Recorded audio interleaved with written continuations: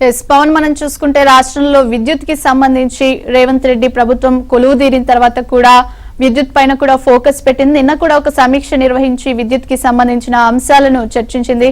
ఎలాంటి అంశాలను చర్చించారో ఒకసారి మనం చూద్దాం.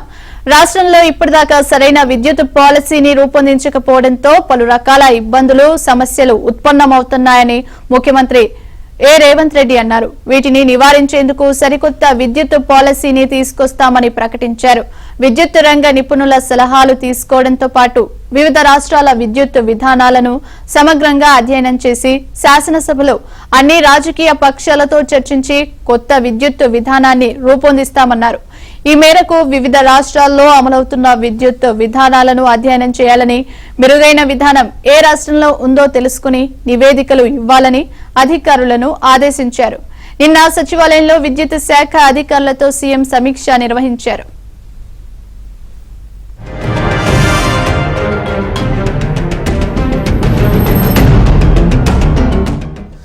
ప్రజలకు ఇచ్చిన మాట ప్రకారం రాష్ట్రంలో రైతులకు 24 గంటల ఉచిత విద్యుత్ ఇచ్చి తీరాలని స్పష్టం చేశారు. ప్రభుత్వ పరంగా విద్యుత్ ఉత్పత్తిని పెంచడానికి, మరిన్ని విద్యుత్ సంస్థలను ఏర్పాటు చేయడానికి ఉన్న అవకాశాలను పరిశీలించాలని అన్నారు. ఇప్పటికే నిర్మాణంలో ఉన్న సంస్థల పనులను వేగవంతం చేయాలని ఆదేశించారు. దీంతో పాటు విద్యుత్ దుర్వినియోగాన్ని అరికట్టాలని, నాణ్యతను పెంచాలని సూచించారు. నిరంతర విద్యుత్ సరఫరాలో ఎలాంటి అవాంతరాలు రాకుండా ముందస్తు చర్యలు పకడ్బందీగా చేపట్టాలన్నారు.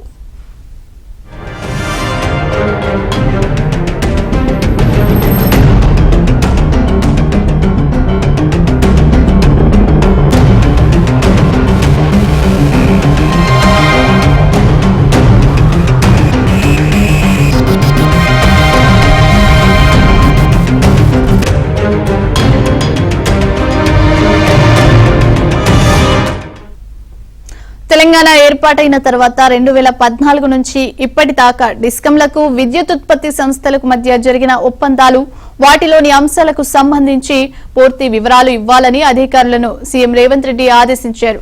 అధిక ధరకు కరెంట్ కొనుగోళ్ల వల్ల విద్యుత్ సంస్థలకు కలిగిన నష్టాలను వెలికి తీయాలన్నారు.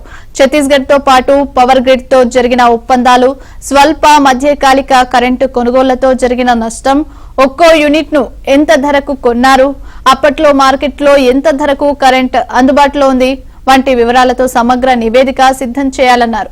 రైట్, ఇక ఇదే విషయానికి సంబంధించి మరింత సమాచారం మా కరెస్పాండెంట్ రాజేష్ అడిగి తెలుసుకుందాం. రాజేష్, పూర్తి సమాచారం ఏంటి? నిన్న జరిగిన సమీక్షకు సంబంధించి, విద్యుత్ శాఖకు సంబంధించి, కొనుగోళ్లకు సంబంధించి అప్డేట్స్ ఏంటి? Good morning Pawan. మొత్తానికి రాష్ట్రంలో కొత్త విద్యుత్ విధానాన్ని తీసుకురావాలని చెప్పేసి కాంగ్రెస్ ప్రభుత్వం భావిస్తుంది. దీనికి సంబంధించి ఇప్పటికే గతంలో ఎన్నికల మేనిఫెస్టోలో అనేక అంశాలను పొందుపరిచినట్లుగానే రాష్ట్రంలో 24 గంటల ఉచిత విద్యుత్తును ఇస్తున్నట్టు బీఆర్ఎస్ ప్రభుత్వం చెప్పినటువంటి ప్రకటనలు కావచ్చు, ఇచ్చినటువంటి హామీలు ఏవైతే ఉన్నాయో అది అబద్ధం అని చెప్పేసి ఇప్పటికే కాంగ్రెస్ ప్రభుత్వం రుజువు చేయగలిగింది. రాష్ట్ర వ్యాప్తంగా బీఆర్ఎస్ అధికారంలో ఉన్నప్పుడు ఇచ్చినటువంటి 24 గంటల ఉచిత విద్యుత్ అయినటువంటిది అబద్ధపు హామీ. కేవలం 12 గంటలు మాత్రమే రాష్ట్ర ప్రభుత్వం అప్పట్లో కరెంట్ ఇవ్వగలిగింది. అయితే దీనికి భిన్నంగా కొత్త విద్యుత్ విధానాన్ని తీసుకురావాలని చెప్పేసి కాంగ్రెస్ ప్రభుత్వం భావిస్తుంది. దానిలో భాగంగా నిన్న సీఎం రేవంత్ రెడ్డి సెక్రటరియట్ లో ఉన్నత స్థాయి సమీక్ష సమావేశం నిర్వహించారు. ఇతర రాష్ట్రాల్లో విద్యుత్ విధానాలను అధ్యయనం చేసి తద్వారా మెరుగైనటువంటి ఒక కొత్త పాలసీని తీసుకురావాలని చెప్పేసి నిన్న జరిగినటువంటి ఈ సమీక్ష సమావేశంలో రేవంత్ రెడ్డి అధికారులను స్పష్టంగా ఆదేశించారు. దాంతో పాటుగా కరెంటు కొనుగోలు ఒప్పందానికి సంబంధించినటువంటి అంశం, గతంలో దాదాపు 85,000 కోట్లకు పైగా డిస్కంలు అప్పుల్లో కూరుకుపోయే విధంగా బీఆర్ఎస్ ప్రభుత్వం ఇవ్వాల్సినటువంటి తీరుపైన ఇప్పటికే ఒక శ్వేతపత్రం విడుదల చేసింది. అసెంబ్లీ వేదికగా కాంగ్రెస్ ప్రభుత్వం బీఆర్ఎస్ విధానాన్ని నిండగట్టింది. దానికి కొనసాగింపుగా చేసినటువంటి విధానాలు ఏవైతే ఉన్నాయో, ఈ కొనుగోలు ఒప్పందాలు గతంలో ఇతర రాష్ట్రాల నుంచి తక్కువకు కొనుగోలు చేయగలిగినటువంటి విద్యుత్తుని ఎక్కువ డబ్బులు వెచ్చించి కొనుగోలు చేసే విధంగా ఎందుకు చర్యలు తీసుకున్నారు బీఆర్ఎస్ ప్రభుత్వం అనే అంశం పైన కాంగ్రెస్ ప్రభుత్వం ఒక నివేదిక రెడీ చేయాల్సిందిగా ఉన్నత స్థాయి అధికారుల సమావేశంలో రేవంత్ రెడ్డి ఆదేశించారు. రైతులకు ఖచ్చితంగా 24 గంటల ఉచిత కరెంట్ ఇవ్వాల్సిందే. అందుకు సరైన విధి విధానాలను తయారు చేసి త్వరలోనే రాష్ట్ర ప్రభుత్వానికి ఒక నివేదిక ఇవ్వాల్సిందిగా అధికారులను ఆదేశించారు. దీంతో పాటుగా గృహ అవసరాలకు 200 యూనిట్ల ఉచిత విద్యుత్తును ఇస్తున్నామని మేనిఫెస్టో పొందుపరిచింది కాంగ్రెస్ పార్టీ. దానికి అనుగుణంగా గైడ్ లైన్స్ విడుదల చేసింది.